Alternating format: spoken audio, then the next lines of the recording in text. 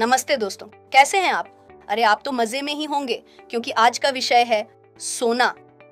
Animation team, ये वाला सोना नहीं, ये वाले सोने के बारे में है। सोने की बात करते हुए अच्छा लगता है।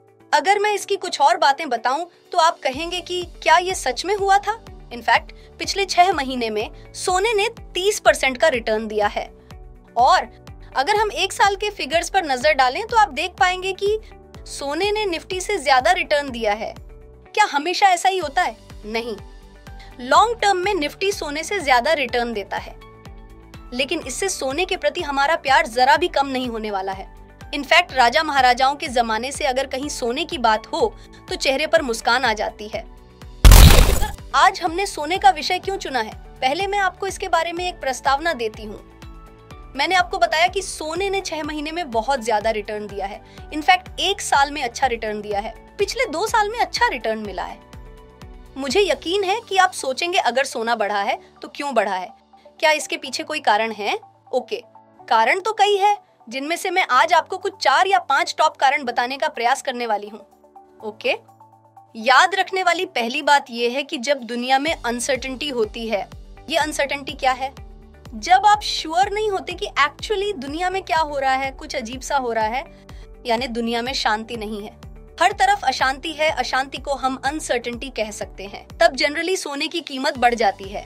आप कहेंगे कि जागतिक अशांति और सोने की कीमत के बीच क्या संबंध है? एक छोटा सा एग्जाम्पल है। अब अगर हम रशिया और यूक्रेन का एग्जाम्पल लें तो फरवरी 2022 में इन दोनों देशों के बीच युद्ध शुरू हुआ। और क्या हुआ? रशिया को युद्ध के लिए धन की जरूरत थी, और ऐसे समय में जब उन्हें लगता है कि उन्हें ज्यादा धन की जरूरत है तो हर देश अपने धन को कई करेंसीज में इन्वेस्ट करता है। तो रशिया ने अमेरिकी डॉलर खरीदकर अपना बहुत सारा पैसा डॉलर में इन्वेस्ट किया था। ओके, जब वो अपना ही डॉलर निकालने गए तो यूएस ने क्या कहा? हम नहीं निकालने देंगे। आप युद्ध कर रहे हैं तो हम आपको पैसा निकालने नहीं देंगे। रशिया ने कहा, आप हमें ये बताने वाले कौन हैं? पैसा तो हमारा है, पर वो अपना पैसा नहीं निकाल सके। ओके, और देश ऐसे समय में क्या सोचते हैं? अगर हमें किसी भी समय पर अपना पैसा चाहिए तो हम इसे किसी ऐसी एसेट में इन्वेस्ट करते जिसे हम आसानी से निकाल सकें। और ऐसा एसेट कौन सा हो सकता है? तो वो एसेट है सोना। ओके, और जब रशिया यूक्रेन का युद्ध शुरू हुआ, एनिमेशन तो बहुत जोरदार है, क्या चल रहा है? कंट्रोल करो। तो जब रशिया यूक्रेन युद्ध शुरू हुआ तो निश्चित रूप से कुछ चीजें ऐसी होती गई कि जागतिक अनिश्चितता पैदा हो गई। अरे, अब अचानक ये शब्द दिमाग में आया। तो जब अनिश्चितता बढ़ी तो कई देशों के सेंट्रल बैंक्स ने क्या किया? और भारत का सेंट्रल बैंक कौन सा है? आरबीआई। ओके, रशिया के सेंट्रल बैंक ने भी ज्यादा से ज्यादा सोना खरीदना शुरू कर दिया। और तब क्या होता है? सोने का डिमांड बढ़ता है और सप्लाई मोर और लेस उतना ही रहता है। इससे सोने की कीमत बढ़ जाती है। चाइना के बारे में भी हम यही लॉजिक अपना सकते हैं। अब आपने चाइना और ताइवान के बारे में कई खबरें सुनी होंगी, तो इनके बीच अक्सर युद्ध जैसी प्रॉब्लम्स होती रहती हैं। तो पीपल्स बैंक ऑफ चाइना, यानी उनकी रिजर्व बैंक, यानी चाइना की रिजर्व बैंक, और उन्होंने नवंबर 2022 से अप्रैल 2024 के बीच 316 टन सोना खरीदा था। और अगर आप अभी देखें, चाइना के पास जितने रिजर्व्स है, यानी जितनी एसेट चाइना के पास है, हम उसे रिजर्व कहते हैं, इसका लगभग 5% पार्ट सोना है। इससे ये पता चलता है कि चाइना भी कहीं ना कहीं जानता है कि अभी थोड़ी अनिश्चितता है, अनसर्टेनिटी है। ओके, हमने देखा कि सोने की प्राइसेस क्यों बढ़ती हैं। जब ग्लोबल लेवल या जागतिक स्तर पर अनिश्चितता बढ़ती है तो सोने की मांग बढ़ती है और सोने की कीमत भी बढ़ जाती है। पहला पॉइंट क्लियर है। इनफैक्ट एक और मुद्दा इससे जुड़ा हो सकता है, पर इसका कनेक्शन कच्चे तेल से भी लगाया जा सकता है। क्रूड ऑयल यानी कच्चा तेल। अब आपने देखा ही होगा कि मिडिल ईस्ट में जो टेंशन चल रहा है, वहाँ और भी युद्ध है, जैसे इजराइल और हमास के बीच का युद्ध है।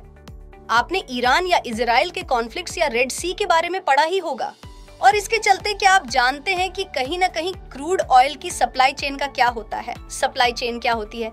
अरब देशों में क्रूड ऑयल ज्यादा उपलब्ध है। ओके, वहाँ वो क्रूड ऑयल निकालते हैं, एक्सट्रैक्ट करते हैं और वहाँ से पूरी दुनिया में क्रूड ऑयल पहुँचाते हैं।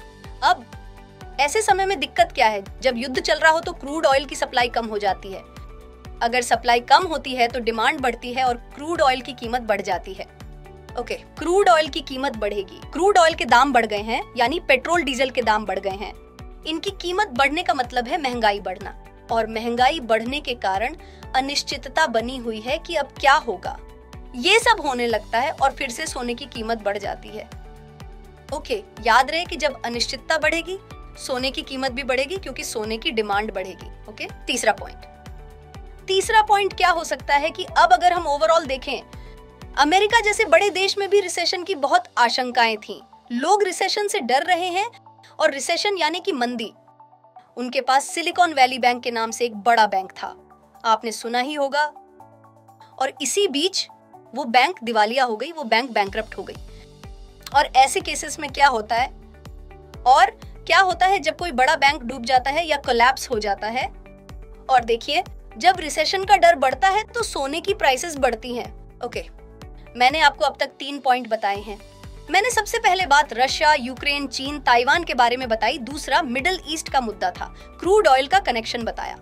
तीसरा मुद्दा क्या था, वो ये था कि जब अमेरिका जैसी बड़ी इकोनॉमीज में बड़े बैंक कोलैप्स हो जाते हैं, और बड़ी बैंक का एग्जाम्पल मैंने सिलिकॉन वैली बैंक के बारे में बताया, इसका असर सोने पर भी पड़ रहा है और सोने की कीमत बढ़ सकती है। 3 पॉइंट काफी हैं, पर लेकिन एक और पॉइंट है, एक और बात बताती हूँ। मुझे एक और बात याद आ गई, ये बिल्कुल ताजा खबर है, यूएस फेड रेट में कट। अगर आपने सुना है, हम अपने चैनल पर इन सब बातों को डिस्कस तो कर रहे हैं, लेकिन ये तो अर्थशास्त्र है, जिसे हम अंग्रेजी में इकोनॉमिक्स कहते हैं। मैंने आज तक हिंदी चैनल पर अर्थशास्त्र को ज्यादा पढ़ाया नहीं है। अगर आपको अर्थशास्त्र पढ़ना है तो बताएं, मैं आपको सिखाऊंगी कि जागतिक स्तर पर क्या होता है और इसका स्टॉक मार्केट पर क्या प्रभाव पड़ता है। कमेंट्स में बस अर्थशास्त्र लिखें तो मैं आपको जरूर पढ़ाऊंगी। Okay, US Fed rate cut जैसी एक कॉन्सेप्ट है। वहाँ जब रेट्स कट होती हैं तो लोग सोचते हैं कि ओह, अब बॉन्ड्स पर इंटरेस्ट कम हो जाएगा, और जब रेट्स कम होते हैं तो वो पैसा कहीं और इन्वेस्ट करते हैं, और इसलिए सोने की डिमांड बढ़ जाती है। तो डिमांड बढ़ने पर कीमत भी बढ़ जाती है। ओके, और आखिरी बात ये है कि हम कह सकते हैं कि भारत में शादियों का सीजन शुरू हो गया है। दशहरा आ गया है, उसके बाद दिवाली है, फिर शादियां शुरू हो जाएंगी। सारे त्योहार भी सिलसिलेवार शुरू हो गए हैं, और सोने की मांग बढ़ जाती है। अगर मांग बढ़ेगी तो सोने की कीमत बढ़ जाएगी। तो ऑल इन ऑल, इन सभी सिनारियोज को समझते हुए मैंने क्या बताया है कि सोने की कीमत पिछले 2 महीनों में बढ़ती रही है, 2 साल बढ़ती रही है, और इसके बढ़ने की संभावना है। मैं आपको एक और ताजा खबर बता सकती हूँ, जो आपने सुनी होगी कि यूनियन बजट में सोने पर जो इम्पोर्ट ड्यूटी है उसमें कटौती की गई है, सोना और चांदी दोनों पर। पहले 15% था, 15% से सीधे 6% पे ले आए। और यहाँ इस चार्ट पर एक बड़ी लाल कैंडल दिखाई देती है। तब सोने की कीमत गिरी थी क्योंकि इम्पोर्ट ड्यूटी कट की गई थी, पर बाद में देखिए क्या हुआ, जो भी कट था वो पूरा भर गया। ओके, तो अब आप समझ गए होंगे कि हम आज सोने की बात क्यों कर रहे हैं, क्योंकि पिछले 2 साल में कीमत बढ़ी है, और मुझे लगता है कि सोने की कीमत अभी और बढ़ने की काफी संभावना है। मैंने न्यूज तो बता दी है, और अब टेक्निकल एनालिसिस चार्ट देखते हैं। पहले आपको एक चार्ट दिखाती हूँ और फिर इस सेक्शन को कट करते हैं। इस चार्ट को देखें, आप देख सकते हैं कि सोना रेजिस्टेंस लेवल पे है। ओके, 2-3 स्थानों पर आप देखेंगे कि वो वहीं रुक गया और उसके ऊपर नहीं जा सका, पर एक बार ये ऊपर चला गया तो ऊपर ही चढ़ता गया। एक्चुअली लॉन्ग टर्म में तो आपको एक अच्छा cup and handle formation pattern भी दिखाई देगा। जब cup and handle formation pattern को तोड़ता है तो ऊपर चला जाता है। तो कुल मिलाकर अगर आप अभी देखें तो सोना अच्छे ट्रेंड में है। अब हमने सोना नामक एक एसेट क्लास के बारे में बात की है, और हमने इस इन्वेस्टमेंट ऑप्शन के बारे में बात की है। पर सोना अच्छा परफॉर्म करने वाला है, तो सोने से रिलेटेड स्टॉक्स के साथ क्या हो रहा है, अगर हमें ये देखना है तो हमें इसका टेक्निकल एनालिसिस देखना होगा। हम इसके 1-2 मेन पॉइंट्स बताने जा रहे हैं। अगर आप टेक्निकल एनालिसिस नहीं जानते हैं तो हमारे पास टेक्निकल एनालिसिस पर कोर्स है, कूपन कोड भी है, तो आप जल्दी से इस कोर्स के लिए एनरोल कर सकते हैं। ओके, 5 स्टॉक्स की ओर चलते हैं। सबसे पहले कल्याण ज्वेलर्स स्टॉक को देखते हैं। कल्याण ज्वेलर्स के भारत और मिडिल ईस्ट के लगभग 150 स्टोर्स हैं, और उन्होंने हाल ही में एक नया शोरूम खोला है, वो भी गुजरात के गांधीनगर में। और उनके ओवरऑल रेवेन्यू फिगर्स का मतलब है कि उनकी इनकम लगभग 26.5% बढ़ गई है, क्योंकि उन्होंने बहुत ही दमदार परफॉर्मेंस दी है भारत और मिडिल ईस्टर्न मार्केट्स में। अब अगर हम उनके चार्ट को देखें, देखिए स्टॉक रेजिस्टेंस यहाँ एक बार दिखाया गया था, रेजिस्टेंस यहाँ फिर दिखाया गया है, रेजिस्टेंस यहाँ दिखाया गया है, और यहाँ उन्होंने एक ब्रेकआउट दिया, यहाँ रीटेस्ट किया और यहाँ अच्छा बाउंस है। अगर आप पूरे रनअप को देखें तो वॉल्यूम बहुत ज्यादा नहीं थे, बट ब्रेकआउट के बाद के वॉल्यूम को देखें, स्टॉक बहुत अच्छे तरीके से ऊपर जा रहा है। ओके, और आगे बढ़ने से पहले आप ये समझ लें कि ये कोई स्टॉक रिकमेंडेशन बिल्कुल भी नहीं है कि ये स्टॉक खरीदें। मैं आपको सिर्फ ये दिखा रही हूँ कि सोने से रिलेटेड स्टॉक कैसे परफॉर्म कर रहे हैं। ओके, चलिए दूसरा एग्जांपल टाइटन कंपनी का ही लेते हैं। जनरली जब आप टाइटन कहते हैं तो घड़ी दिमाग में आती है, पर क्या आप जानते हैं कि घड़ियों की तुलना में उन्हें ज्वेलरी से ज्यादा रेवेन्यू मिलता है? टाइटन का ज्वेलरी के साथ क्या संबंध है? तनिष्क, आपने ब्रांड तो सुना होगा, तनिष्क टाइटन का ब्रांड है। तो अब आप ये सब जान गए हैं। वैसे टाटा ग्रुप ऑफ कंपनीज के बारे में आप जानते होंगे।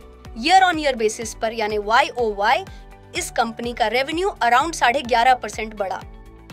अगर आप अभी उस कंपनी के चार्ट को देखेंगे तो पाएंगे कि डाउनवर्ड स्लोपिंग ट्रेंड है, पर यहाँ एक बार रेजिस्टेंस हुआ था, 2, 3, 4, यहाँ एक रेजिस्टेंस था और आखिरकार इसने ब्रेकआउट दिया और अब ये थोड़ा ऊपर जा रहा है, पर कम से कम ये रेजिस्टेंस के ऊपर है।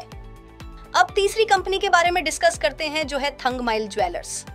थंगमाइल ज्वेलर्स के दक्षिण भारत में 50 से ज्यादा स्टोर्स हैं और उन्होंने अपनी पहली क्वार्टर में यानी अप्रैल से जून 2025 में ऐसा किया। उनके रेवेन्यू में 27% की वृद्धि हुई और एक क्वार्टर में उनका टर्नओवर सबसे ज्यादा रहा। ओके, अगर आप उनका चार्ट देखेंगे तो यहाँ भी वही बात है। यहाँ रेजिस्टेंस दिखाया है, यहाँ रेजिस्टेंस टूट गया है, थोड़ा रीटेस्ट करने आया, पूरा रीटेस्ट नहीं हुआ है और यहाँ से भी बाउंस दे दिया है। ओके, चौथा खिलाड़ी सेनको गोल्ड है और सेनको गोल्ड ईस्ट इंडिया में सबसे बड़ा रिटेल प्लेयर है।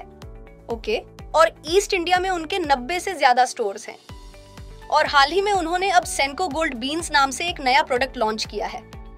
यानी ये 0.5 ग्राम का एक छोटा सा सोने का टुकड़ा है, वैसे ही जैसे सोने की कॉइल होती है। ओके, 0.5 ग्राम का है और इसकी कीमत 4000 के आसपास आती है। कई यंग इन्वेस्टर हैं जो कहते हैं कि हम सोने में 4000 इन्वेस्ट कर सकते हैं। ऐसे लोगों के लिए ये एक अच्छा इन्वेस्टमेंट ऑप्शन है।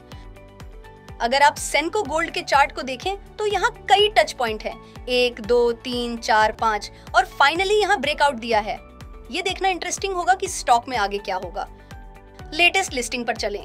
मैंने ये वीडियो हमारे चैनल पर PN गाडगिल ज्वेलर्स पर बनाया था और ये स्टॉक महाराष्ट्र का second largest organised jewellery player है। तो अगर आप देखें कि किसी कंपनी के पास कितनी दुकानें हैं तो PN गाडगिल के पास दूसरी सबसे ज्यादा दुकानें हैं। महाराष्ट्र में सबसे ज्यादा तनिष्क के हैं। उन्होंने एक अनाउंसमेंट भी की थी कि हम नवरात्रि सीजन में 9 नई दुकानें खोलने जा रहे हैं और इनमें से 4 दुकानें पुणे में खुलने जा रही हैं। अगर आपको याद हो, जब मैंने IPO वीडियो बनाया था तो मैंने आपको बताया था कि वो IPO के पैसे से क्या करने जा रहे हैं, नई दुकानें खोलने वाले हैं और उसके बाद अनाउंस किया कि नवरात्रि में 9 दुकानें खुलने जा रही हैं। उनके स्टॉक चार्ट को देखें तो बहुत कम डेटा है, ये आवरली चार्ट है, ये राउंडिंग बॉटम टाइप की तरह है, पर इसे राउंडिंग बॉटम नहीं कहा जाता है, आप अभी यू शेप्ड कह सकते हैं और अगर ये इससे ऊपर गया तो देखने में मजा आएगा। ओके, ऑलराइट, तो आपको आज के वीडियो से क्या पता चला है? अब आपने देखा होगा कि सोना बहुत आकर्षक होता जा रहा है। पिछले 2 साल में इसने अच्छा रिटर्न दिया है, आगे भी ये काफी प्रॉमिसिंग लग रहा है। इसका मतलब ये नहीं कि सारा पैसा निकाल लिया जाए और सारा पैसा सोने में डाल दिया जाए, लेकिन आपके टोटल पोर्टफोलियो में 10% तक सोना रखने में कोई दिक्कत नहीं है। मैं अकेली नहीं हूँ जो ये कहती है। इस सेक्टर में जो बड़े एक्सपर्ट हैं उनमें से कई लोगों की राय भी यही है कि सोने में करीब 10% तक इन्वेस्टमेंट करने में कोई दिक्कत नहीं है। आपको आज का वीडियो पसंद आया हो तो शेयर करना ना भूलें। जैसे मैंने पहले कहा था कि कमेंट्स में अर्थशास्त्र लिखें और वीडियो को लाइक करके सभी ग्रुप में भेजें और ऐसा करने में शर्म न करें। क्यों? क्योंकि चैनल मेरा नहीं, हमारा है। आपने कई सोशल मीडिया प्लेटफॉर्म पर ऐसे विज्ञापन देखे होंगे। ध्यान दें कि ये सभी धोखेबाज हैं और हमेशा आपको स्टॉक टिप्स और हाई रिटर्न का वादा करेंगे। मैं कोई कॉल नहीं करती और न ही कोई एडवाइस सर्विस देती हूँ। मैं सिर्फ और सिर्फ अपने YouTube चैनल से और अपनी वेबसाइट से ही नॉलेज देती हूँ, rachnaranade.com और rachnaranade.in से।